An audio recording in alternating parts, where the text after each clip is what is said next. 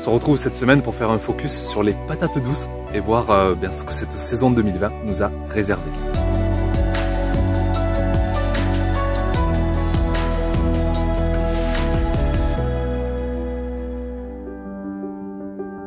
Alors j'aime bien remonter toute l'histoire de la culture et on va revenir au mois de février. C'était il y a 8 mois déjà, vous imaginez. Et c'est là que commence l'aventure pour tous les jardiniers passionnés comme moi entre autres qui veulent essayer de faire leur propre plan de patates douces. La technique n'est pas aussi simple que ça et vous allez voir d'ailleurs que tout ne s'est pas forcément bien passé comme prévu, mais on va essayer de comprendre pourquoi, comment et voir justement comment essayer de faire mieux la saison prochaine. Vers le début du mois de février, j'ai donc mis mes patates douces en immersion. On peut aussi faire une deuxième technique en mettant directement des morceaux de patates douces à moitié enterrés dans du terreau bien humide. Pour que ça marche vraiment bien, il faudrait comme des conditions tropicales avec à la fois de la chaleur, de l'humidité, de la lumière. Et le problème, c'est qu'en février et mars, c'est pas forcément évident d'avoir ces conditions. Alors ici, faute d'endroit idéal pour les faire repousser, je les ai mis simplement sur des étagères derrière une grande baie vitrée. Et je crains fort qu'elles aient grandement manqué de chaleur et d'ambiance suffisamment humide.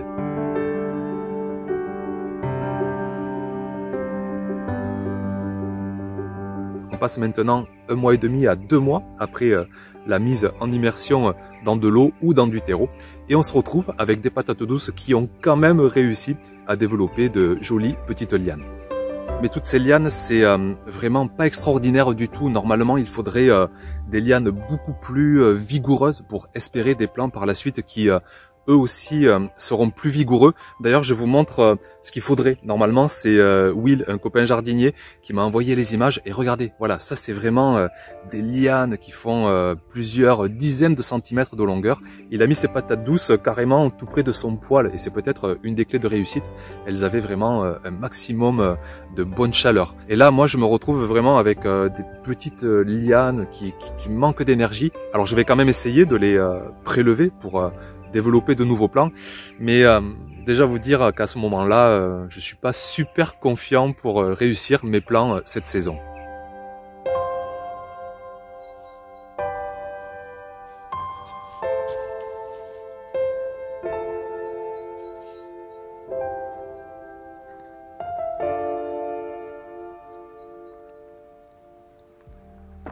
Sauf qu'ici, les boutures n'ont pas du tout bien voulu se développer cette année. Je pense que c'est dû à ces lianes de départ qui étaient déjà peu vigoureuses. Et comme par hasard, les boutures, elles aussi, ont manqué cruellement de vigueur. Alors, j'ai pas voulu prendre le risque de planter ça au potager, ces petits plants avec juste des petites racines. J'ai tout mis au compost, tant pis. Et je suis allé me dépanner chez mon petit producteur de plants. Il me dépanne bien des fois d'ailleurs dans la saison. Et là j'y suis allé pour acheter 8 plants de patates douces.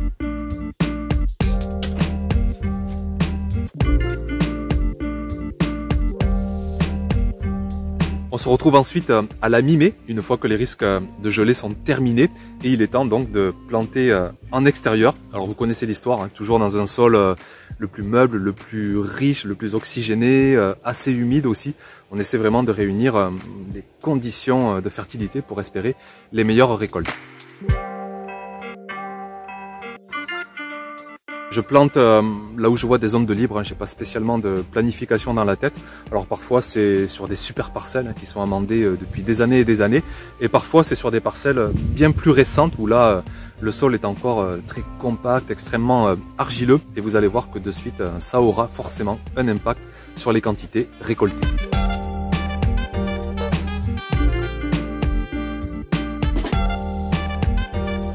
Les semaines passent, les mois passent.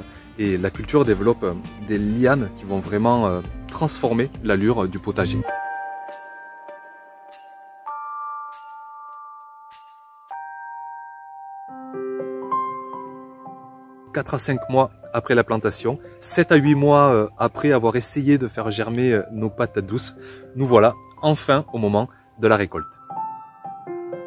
Je commence par un plan que j'ai mis au pied même de mes arbustes fruitiers, de mes framboisiers. Et c'est sur la parcelle la plus ancienne du potager.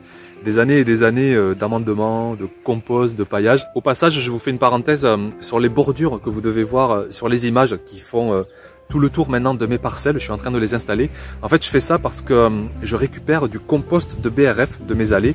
C'était il y a 18 mois, j'avais fait des gros apports de BRF et petit à petit, il a fait un joli compost de surface.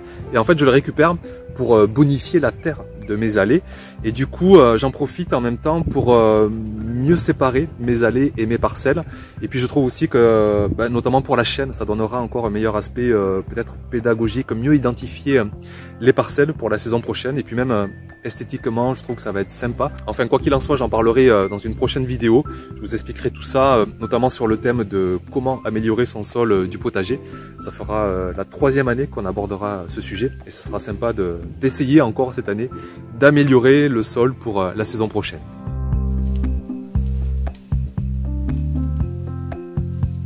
Bon allez, je vous le dis de suite, ça va être mon plus beau plan de la saison. Alors du coup, je vous laisse la voix du direct.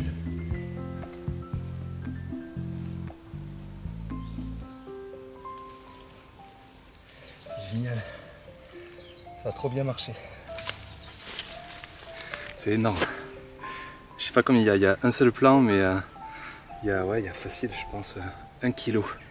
Bon, on va croiser les doigts que les autres soient aussi productifs. J'en suis pas du tout certain. On va récupérer les petits bouts. Tout ça, c'est précieux. Le moindre bout de patate douce, on va pas le jeter, quoi. Hop, tout ça là, à manger.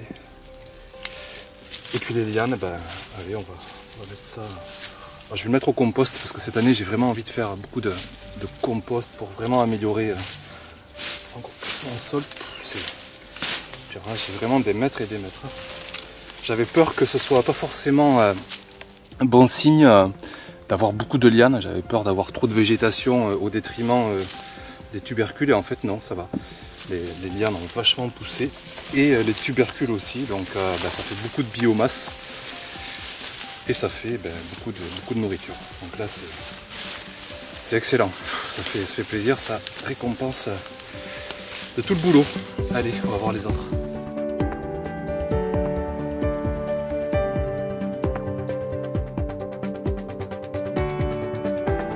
On passe maintenant sur d'autres parcelles qui sont plus récentes et bien moins fertiles, surtout sur la fertilité physique. Alors certes, il y a un paillage, mais ça suffit pas pour aller ameublir le sol en dessous. Ça manque d'apport d'amendement, ça manque de compost. Et du coup, j'ai un sol qui est extrêmement compact, tassé, qui manque d'aération, qui manque de vie biologique du coup. Et rapidement, vous allez voir, on va tomber de 2 kg par plan à 1 kg, parfois un petit peu plus. Alors certes, c'est déjà une belle quantité, c'est déjà gratifiant, mais je compte bien quand même essayer d'améliorer ça pour les saisons suivantes. C'est pas pareil que tout à l'heure, mais bon, c'est toujours ça de prix. Là, on va dire quoi? Allez, 2 portions repas, un bon repas pour les parents. Cette fois-ci, on mangera quand les enfants seront à la cantine. Les récoltes s'enchaînent et ce qui est sympa, c'est que quand même chaque plant donne un minimum de quantité avec en plus toujours ces couleurs là vraiment du rose au violet très spécifique à cette culture.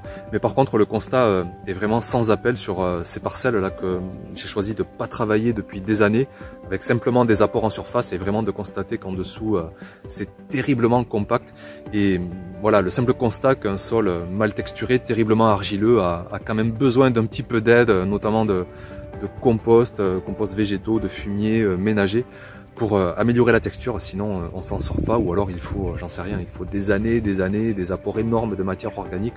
Mais encore cette saison, on le verra encore dans une prochaine vidéo, je vais passer par à la fois des matières compostées et des matières non compostées en surface, pour essayer de continuer à bonifier ce sol et essayer d'avoir 2 kilos pour chaque plant futur de patates douces que je planterai dans le potager.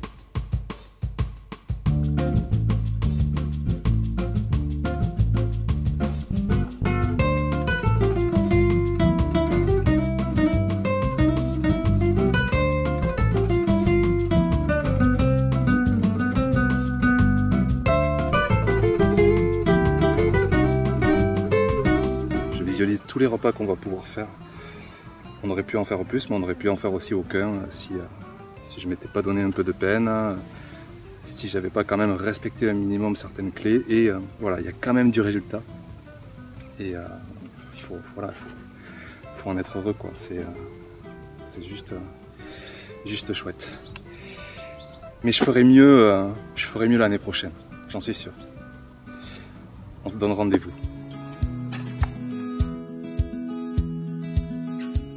Je finis avec quelques extraits en cuisine. Vous savez que je me régale de cuisiner simplement les bons légumes du potager. Et pour les plus anciens de la chaîne, vous savez ce que je vais faire, des patates douces. Et oui, les frites de patates douces, pas besoin de friteuse. On les découpe, on les met sur une plaque de cuisson, de l'huile, quelques aromates et rapidement, comme d'habitude, c'est total régal. Vous avez aussi des beignets que vous pouvez faire, des beignets de patates douces. Et là aussi, c'est quasi succès assuré pour toute la famille. On peut les tremper pour aller encore plus chercher du bonheur dans les œufs du poulailler. Une bonne petite salade de saison. Et ben, on est bien là. On est vraiment bien. Je fais une pause de 15 jours. Et on se retrouve pour une vidéo super importante. Je vous conseille vraiment d'être au rendez-vous parce que j'ai fait analyser le sol de mon potager par un laboratoire en totale vraiment indépendance, hein, aucun partenariat, quoi que ce soit. Et vous allez voir qu'il y a un paramètre notamment qui va bouleverser pas mal de choses et ce sera l'occasion d'en parler, de parler du sol sous une approche scientifique, biologique, et ça va amener justement l'amélioration du sol pour la saison prochaine, pour mon cas bien sûr, mais ce sera aussi l'occasion de parler de chacun des cas qui peuvent s'envisager. Donc vraiment, soyez au rendez-vous dans 15 jours, on parlera du sol et ce sera, je pense, intéressant. D'ici là, portez-vous bien, jardinez bien, essayez de développer vos cultures d'automne, et puis à très vite donc pour une prochaine vidéo. Ciao, ciao!